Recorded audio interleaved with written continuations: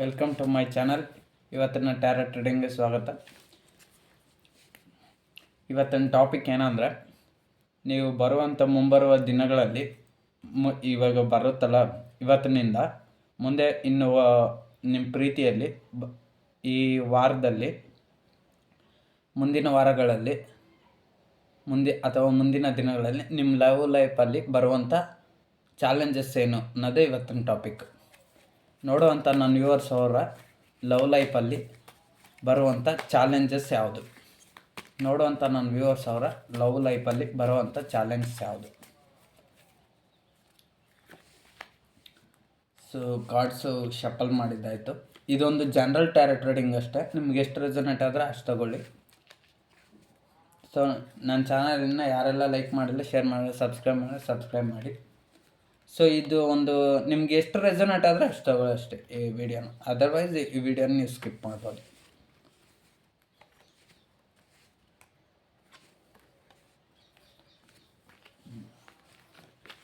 ನೀವು ಪ್ರೀತಿಸೋ ವ್ಯಕ್ತಿಗೂ ಮತ್ತು ನಿಮಗೂ ಬರುವಂಥ ಲವ್ ಲೈಫಲ್ಲಿ ಚಾಲೆಂಜಸ್ ಏನು?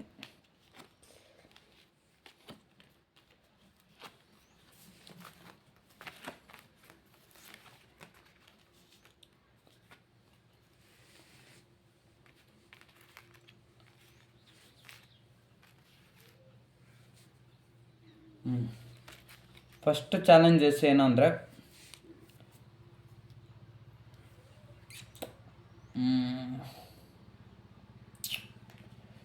ನೀವು ಮತ್ತು ಅವರು ತುಂಬ ದೂರ ಇರೋದು.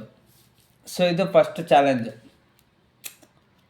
ನಿಮ್ಮ ಲವ್ ಲೈಫಲ್ಲಿ ಫಸ್ಟ್ ಅಬ್ಸ್ಟ್ಯಾಕಲ್ ಏನಂದರೆ, ನಿಮ್ಮ ಮತ್ತು ಅವ್ರ ಪ್ರೀತಿಯಲ್ಲಿ ನೀವು ಈ ರೀಡಿಂಗ್ನ ಮೇಲ್ ನೋಡ್ತಾಯಿದ್ರೆ ಫೀಮೇಲ್ಗೆ ಅಂದ್ಕೊಳ್ಳಿ, ಫೀಮೇಲ್ ನೋಡ್ತಾರೆ ಮೇಲ್ಗೆ ಅಂದ್ಕೊಳ್ಳಿ, ಇಬ್ಬರಿಗೂ ರೆಸನೆಂಟ್ ಆಗುತ್ತೆ.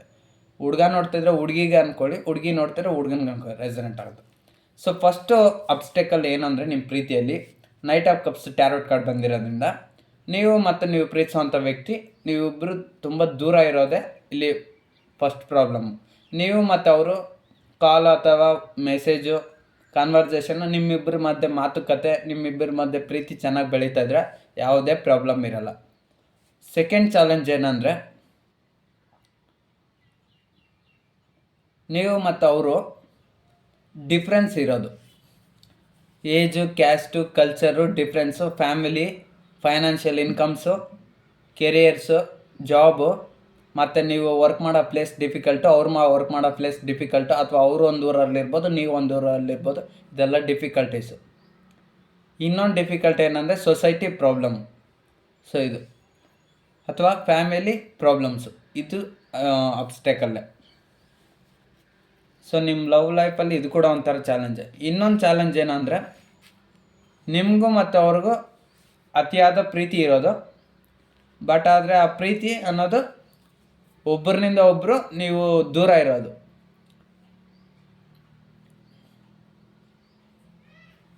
ಸೊ ಇನ್ನೊಂದು ದೂರ ಇರೋದ್ರಿಂದ ನಿಮ್ಮ ಪ್ರೀತಿ ಸ್ವಲ್ಪ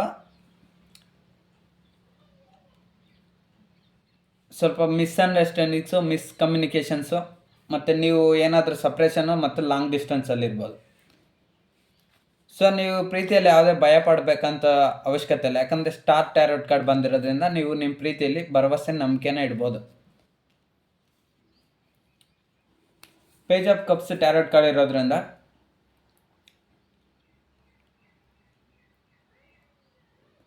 ಇಲ್ಲಿ ಒಬ್ಬರು ತುಂಬ ಎಫರ್ಟ್ಸ್ ಆಗ್ತಾಯಿದ್ರೆ ಇನ್ನೊಬ್ಬರು ಅವರಿಂದ ತುಂಬ ದೂರ ಇದ್ದೀರ ಅನಿಸುತ್ತೆ. ಇವಾಗ ನೀವು ಪ್ರೀತಿಸೋವಂಥ ವ್ಯಕ್ತಿ ನಿಮ್ಮಿಂದ ದೂರ ಇರೋದ್ರಿಂದ ಅವ್ರಿಗೆ ಯಾವುದೇ ಥರ ತೀರ್ಮಾನ ತಗೊಳಕ್ಕೆ ಆಗ್ತಾಯಿಲ್ಲ. ಸೊ ಅದು ಆಗಿರ್ಬೋದು ಪ್ರಾಬ್ಲಮ್. ಯಾಕಂದರೆ ನೀವಿಬ್ಬರು ಒಟ್ಟಿಗೆ ಇದ್ದರೆ ಯಾವುದೇ ಥರ ಪ್ರಾಬ್ಲಮ್ ಬರೋಲ್ಲ. ಒಂದೇ ಕಡೆ ಇದ್ದರೆ, ನೀವಿಬ್ಬರು ದೂರ ಇದ್ದರೆ ಪ್ರಾಬ್ಲಮ್ ಬರ್ತಾಯಿದೆ. ಸೊ ಅದು ಒಂಥರ ಪ್ರಾಬ್ಲಮ್. ಅಥವಾ ನೀವು ಇಬ್ಬರು ಇದ್ರೂ ಒಟ್ಟಿಗೆ ನಿಮಗೂ ಅವ್ರಿಗೂ ಈಗೋ ಕ್ಲಾಶಸ್ ಬರ್ತಾ ಇರ್ಬೋದು.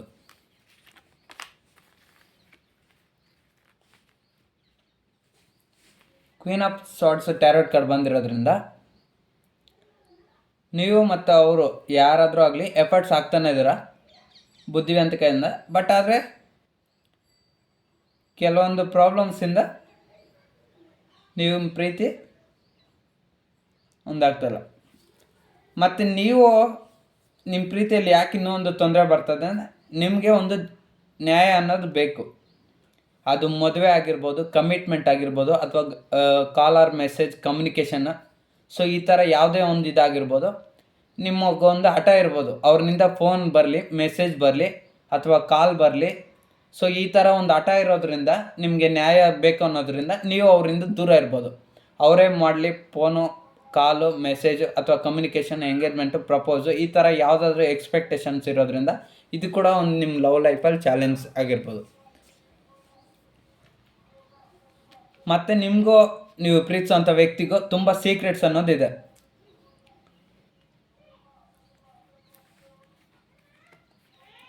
ಮತ್ತು ಇನ್ನೊಂದು, ನೀವು ಅಥವಾ ನಿಮ್ಮ ಪ್ರೀತಿಸೋಂಥ ವ್ಯಕ್ತಿ ಮಧ್ಯೆ, ನಿಮ್ಮಿಬ್ಬರ ಮಧ್ಯೆ ಹ್ಯಾಪಿನೆಸ್ ಅನ್ನೋದು ಬರಬೇಕನ್ನೋದನ್ನ ನೀವು ತುಂಬ ಕೋರ್ಕೊತಾ ಇದ್ರ. ಎಂಪ್ರೆಸ್ ಟ್ಯಾರೋಟ್ ಕಾರ್ಡ್ ಬಂದಿರೋದ್ರಿಂದ ನೀವು ಮತ್ತು ಅಥವಾ ನೀವು ಪ್ರೀತಿಸೋಂಥ ವ್ಯಕ್ತಿ ಯಾರಾದರೂ ಒಬ್ಬರು ವೆಲ್ ನಾಲೆಡ್ಜ್ ಅಥವಾ ಇಬ್ಬರು ವೆಲ್ ನಾಲೆಡ್ಜ್ ಆಗಿರ್ಬೋದು. ಅದು ಯಾವುದೇ ಅಂತ ವಿಚಾರದಾಗಲಿ ಇಬ್ಬರು ಒಬ್ರಿಗೊಬ್ಬರು ಸರಿಸಮಾನರ. ಇಲ್ಲಿ ಒಬ್ರು ಹೆಚ್ಚು ಅಂತಲ್ಲ, ಒಬ್ರು ಕಡಿಮೆ ಅಂತಲ್ಲ. ಯಾಕಂದರೆ ಚಾರೆಟ್ ಕಾರ್ಡ್ ಅದನ್ನೇ ರೆಪ್ರೆಸೆಂಟ್ ಮಾಡ್ತಾಯಿದೆ. ಇಬ್ಬರು ಒಂದೇ ಥರನೇ ಇದ್ರ, ಬಟ್ ಆದರೆ ಡಿಫ್ರೆಂಟ್ ಬಟ್ ಡಿಫ್ರೆಂಟ್ ಇದ್ರೇನು ಒಬ್ರಿಗೆ ಎಷ್ಟು ಸಾಮರ್ಥ್ಯ ಇದೆ, ಇನ್ನೊಬ್ರಿಗೆ ಅಷ್ಟೇ ಸಾಮರ್ಥ್ಯ ಇದೆ. ಈಗ ಒಬ್ರಿಗೆ ಒಂದು ಸ್ಕಿಲ್ಲಲ್ಲಿ ಸಾಮರ್ಥ್ಯ ಇದ್ದರೆ ಇನ್ನೊಬ್ರಿಗೆ ಇನ್ನೊಂದು ಸ್ಕಿಲ್ಲಲ್ಲಿ ಸಾಮರ್ಥ್ಯ ಇದೆ. ಅದು ಯಾವುದೇ ಥರ ಆಗಿರ್ಬೋದು. ಈಗ ಎಕ್ಸಾಂಪಲ್, ಒಂದು ಆಫೀಸಲ್ಲಿ ವರ್ಕ್ ಚೆನ್ನಾಗಿ ಮಾಡ್ತಾಯಿದ್ರೆ ಇನ್ನೊಬ್ಬರು ಅವ್ರಿಗೆ ನಾಲೆಡ್ಜಲ್ಲಿ ತುಂಬ ಎಬಿಲಿಟಿ ಸ್ಕಿಲ್ ಇರುತ್ತೆ. ಸೊ ಇದು ಯಾವ ರೀತಿ ಆದರೂ ತಗೊಳ್ಳಿ. ಸೊ ಈ ರೀತಿನ ಇರೋದ್ರಿಂದ ಅದು ಕೂಡ ನಿಮ್ಮ ಒಂದು ಲವ್ ಲೈಫ್ಗೆ ಚಾಲೆಂಜ್ ಕೂಡ ಆಗಿರ್ಬೋದು. ಅವರೊಂದು ಫೀಲ್ಡಲ್ಲಿ ವರ್ಕ್ ಮಾಡ್ತಾ ಇರ್ಬೋದು, ನೀವು ಒಂದು ಫೀಲ್ಡಲ್ಲಿ ವರ್ಕ್ ಮಾಡ್ತಾ ಇರ್ಬೋದು.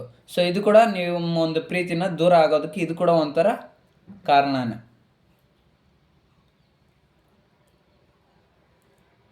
ಇನ್ನೇನು ಕಾಣಿಸ್ತದೆ. ಮತ್ತು ಇನ್ನೊಂದು, ನಿಮಗೆ ಒಬ್ಬರಿಗೆ ನಿಮ್ಮಿಬ್ಬರಲ್ಲಿ ನೀವು ಪ್ರೀತಿಸೋಂಥ ವ್ಯಕ್ತಿ ಮತ್ತು ನಿಮ್ಮ ಮಧ್ಯೆ ಒಬ್ಬರಿಗೆ ಅತಿಯಾದ ಪ್ರೀತಿ ಇದೆ. ಬಟ್ ಆದರೆ ಅದನ್ನು ಪ್ರಪೋಸ್ ಮಾಡಿರ್ಬೋದು, ಅಥವಾ ಇನ್ನೊಬ್ಬರು ಪ್ರಪೋಸ್ ಮಾಡದಿರೇ ಇರ್ಬೋದು.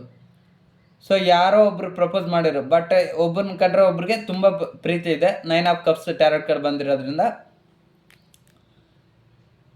ನಿಮ್ಮ ಒಂದು ಪ್ರೀತಿಯಲ್ಲಿ ನಿಮಗೆ ಫುಲ್ ಹ್ಯಾಪಿನೆಸ್ ಅನ್ನೋದು ಬರಬೇಕು, ಮತ್ತು ಎಂಜಾಯ್ ಸೆಲೆಬ್ರೇಷನ್ ಅನ್ನೋದು ಬರಬೇಕು. ಸೊ ಇದನ್ನು ನೀವು ಎಕ್ಸೆಪ್ಟ್ ಮಾಡ್ತಾಯಿದ್ರ. ಸೊ ಡೈರೆಕ್ಟಾಗಿ ಸೆಲೆಬ್ರೇಷನ್, ಹ್ಯಾಪಿನೆಸ್ ಅನ್ನೋದು ಬರಬೇಕಾಗಿರೋದ್ರಿಂದ ಇದು ಕೂಡ ಒಂದು ನಿಮ್ಮ ಲವ್ ಲೈಫಲ್ಲಿ ಚಾಲೆಂಜೇ. ಯಾಕಂದರೆ ಈಗ ಸಡನ್ಲಿ ಮದುವೆ ಅಂದರೆ ಆಗಲ್ವಲ್ಲ. ಸೊ ಯಾವುದೇ ಒಂದು ವಿಚಾರಕ್ಕಾಗಲಿ ನೀವು ಪ್ರೀತಿಸೋಂಥ ವ್ಯಕ್ತಿ ಜೊತೆ ನಿಮ್ಗೆ ಮದುವೆ ಆಗಬೇಕಂದ್ರೆ ಅದು ಟೈಮ್ ಬೇಕು. ಅಥವಾ ನೀವು ಪ್ರೀತಿಸೋಂಥ ವ್ಯಕ್ತಿ ನಿಮಗೆ ಸಿಗಬೇಕಂದ್ರೆ ಅದಕ್ಕೂ ಟೈಮ್ ಬೇಕು. ಅಥವಾ ನೀವು ಪ್ರೀತಿಸೋಂಥ ವ್ಯಕ್ತಿ ನಿಮ್ಗೆ ಸಿಗ್ಬೋದು ಅಥವಾ ಸಿಗದೇ ಇರ್ಬೋದು. ಇದೊಂದು ಜನರಲ್ ಟ್ಯಾರೋ ಟ್ರೇಡಿಂಗ್ ಅಷ್ಟೇ, ಗೈಡೆನ್ಸ್ ಅಷ್ಟೇ.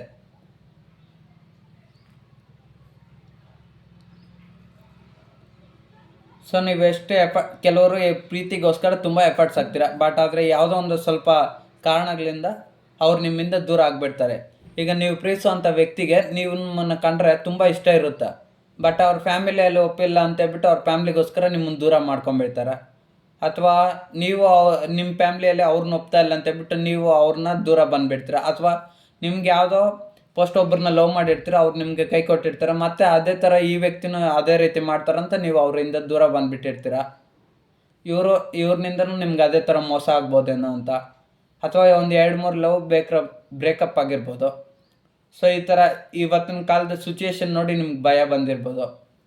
ಸೊ ಅದೆಲ್ಲ ಆ ಥರ ಎಲ್ಲ ಪ್ರಾಬ್ಲಮ್ಸು ಇದೆ ನಿಮ್ಮ ಲವ್ ಲೈಫಲ್ಲಿ.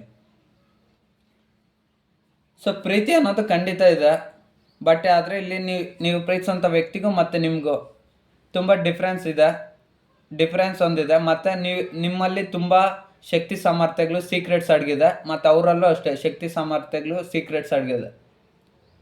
ಸೊ ನಿಮ್ಮಿಬ್ಬರ ಕಲೆಕ್ಷನ್ಗೆ ಒಂದು ಬ್ಯಾಲೆನ್ಸ್ ಅನ್ನೋದು ಬೇಕಾಗಿರುತ್ತೆ ನಿಮಗೆ. ಸೊ ಈ ಬ್ಯಾಲೆನ್ಸ್ನ ಒಂದೇ ಸರಿ ನೀವು ಡೈರೆಕ್ಟ್ ಬ್ಯಾಲೆನ್ಸ್ನೇ ಕೇಳ್ಕೊತಾ ಇದ್ದೀರ. ಈಗ ಸ್ಟಾರ್ಟಿಂಗ್ ನಿಮಗೂ ಮತ್ತು ನೀವು ಪ್ರೀತಿಸೋಂಥ ವ್ಯಕ್ತಿಗೆ ಇಬ್ಬರಿಗೂ ಪ್ರೀತಿ ಇದೆ.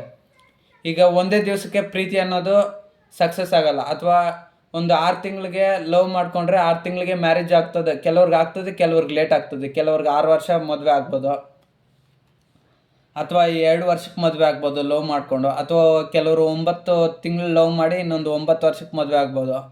ಅಥವಾ ಕೆಲವರು 7 ವರ್ಷದಿಂದ ಲವ್ ಮಾಡ್ತಾ ಇರ್ಬೋದು, ಅಥವಾ ಕೆಲವರು 3 ತಿಂಗಳಿಂದ ಲವ್ ಆಗಿ ಅಥವಾ ಅವ್ರ ರಿಲೇಷನ್ಶಿಪ್ ಬೆಳೆದು 3 ವರ್ಷ ಗಂಟ ಹೋಗಿ ಆಮೇಲೆ ಮದುವೆ ಮಾಡ್ಕೊಬೋದು, ಅಥವಾ 2 ತಿಂಗಳಲ್ಲೇ ಅವ್ರಿಗೆ ಪ್ರೀತಿ ಅನ್ನೋದು ಒಬ್ರನ್ನೊಬ್ರು ಅಂಡರ್ಸ್ಟ್ಯಾಂಡಿಂಗ್ ಮಾಡ್ಕೊಂಡು ಅಥವಾ 2 ವರ್ಷ ಆದಮೇಲೆ ಮದುವೆ ಮಾಡ್ಕೊಬೋದು. ಸೊ ಯಾವ ಥರನ ಆದರೂ ಆಗಿರ್ಬೋದು. ಅಥವಾ 11 ತಿಂಗಳು ಪ್ರೀತಿ ಮಾಡಿಬಿಟ್ಟು ಆಮೇಲೆ 11 ವರ್ಷಕ್ಕೆ ಅವ್ರು ಮದುವೆ ಮಾಡ್ಕೊಬೋದು. ಸೊ ಯಾವ ಥರ ಆಗಾದರೂ ನಿಮ್ಗೆ ಯಾವ ಥರ ರೆಸನೆಂಟ್ ಆದರೆ ಆ ರೀತಿ ತಗೊಳ್ಳಿ. ಸೊ ನೀವೇನು ಬಯಸ್ತಿದ್ರಿ ಅಂದರೆ ಸಡನ್ಲಿ ಒಂದು ಬ್ಯಾಲೆನ್ಸ್ ಬರಬೇಕು.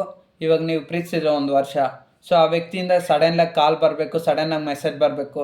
ಸೊ ಈ ಥರ ನೀವು ಎಕ್ಸ್ಪೆಕ್ಟೇಷನ್ ಮಾಡ್ತಾರೆ. ಸೊ ಆ ರೀತಿ ಎಕ್ಸ್ಪೆಕ್ಟೇಷನಿಂದ ನಿಮ್ಮ ಲವ್ ಲೈಫಲ್ಲಿ ಪ್ರಾಬ್ಲಮ್ ಬಂದಿದೆ. ಯಾಕಂದರೆ ಸಡನ್ಲಾಗಿ ಯಾವುದೇ ಆಗಲ್ಲ. ಯಾಕಂದರೆ ಅವ್ರ ಕಡೆನೇ ಏನೋ ಪ್ರಾಬ್ಲಮ್ಸ್ ಇರ್ಬೋದು, ಅಥವಾ ನಿಮ್ಮ ಕಡೆನೋ ಪರ್ಸ್ನಲ್ ಪ್ರಾಬ್ಲಮ್ಸ್ ಇರ್ಬೋದು ಲೈಫಲ್ಲಿ.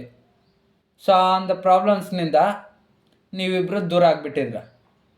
ಸೊ ಅದು ಕೂಡ ಇರ್ಬೋದು. ಅಥವಾ ದೂರ ಆಗದಿರೋದ್ರೂ ಒಟ್ಟಿಗೆ ಇದ್ರೂ ನಿಮ್ಮ ಮತ್ತು ಅವ್ರ ಮಧ್ಯೆ ತುಂಬ ಡಿಸ್ಟೆನ್ಸ್ ಅನ್ನೋದಿದೆ. ಯಾಕಂದ್ರೆ knight of cups tarot card ಅದೇ ಹೇಳ್ತದೆ. ನೀವು ಒಂದು ಊರಲ್ಲಿರ್ಬೋದು, ಅವರೊಂದು ಊರಲ್ಲಿರ್ಬೋದು, ಅಥವಾ ನೀವೊಂದು ಸಿಟಿಯಲ್ಲಿರ್ಬೋದು, ಅವರೊಂದು ಸಿಟಿಯಲ್ಲಿರ್ಬೋದು, ಅಥವಾ ನೀವೊಂದು ಸ್ಟೇಟಲ್ಲಿರ್ಬೋದು, ಅವರೊಂದು ಸ್ಟೇಟಲ್ಲಿರ್ಬೋದು. ಸ್ಟೇಟು, ಡಿಸ್ಟಿಕ್ಕು ಯಾವ್ದು ರೆಸನೇಟ್ ಆದರೆ ತಗೊಳ್ಳಿ. ಅಥವಾ ನಿಮ್ಮ ಫ್ಯಾಮ್ಲಿಯಲ್ಲೇ ನಿಮ್ಮ ರಿಲೇಷನ್ ಇರ್ಬೋದು, ಯಾವ ಥರ ಆದರೂ ಇದು. ಬಟ್ ಆದರೆ ನೈಟ್ ಕಪ್ಸ್ ಬಂದಿರೋದ್ರಿಂದ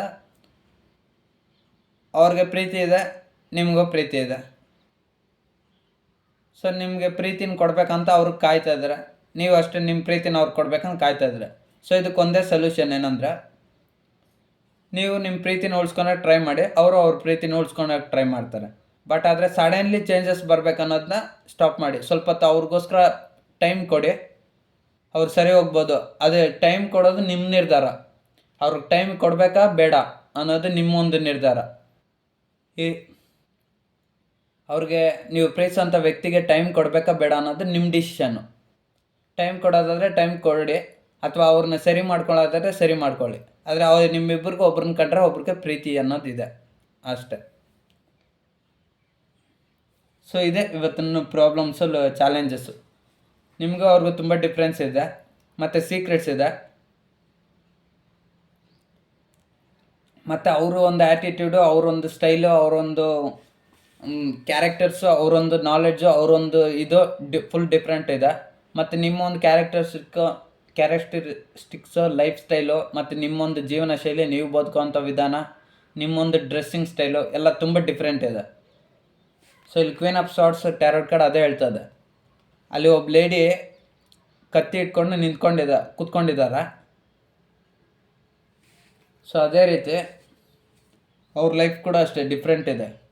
ಅವ್ರು ಕಿರೀಟ ಇಟ್ಕೊಂಡು ಹೆಂಗಿದ್ದಾರೋ ಅದೇ ರೀತಿ ಅಷ್ಟೇ ನಿಮ್ಮ ಲೈಫ್ ಕೂಡ ಇರುತ್ತೆ.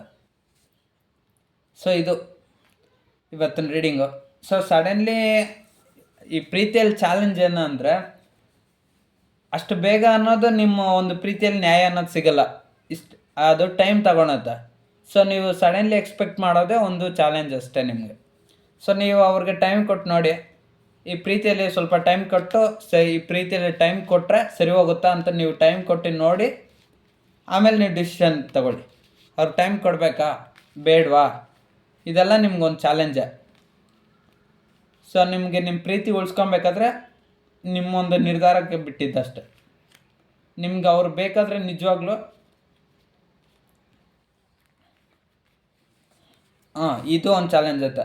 ಅಥವಾ ಅವ್ರ ಲೈಫಲ್ಲಿ ಬೇರೆ ಯಾವುದಾದ್ರೂ ವ್ಯಕ್ತಿ ಇರ್ಬೋದೇನೋ.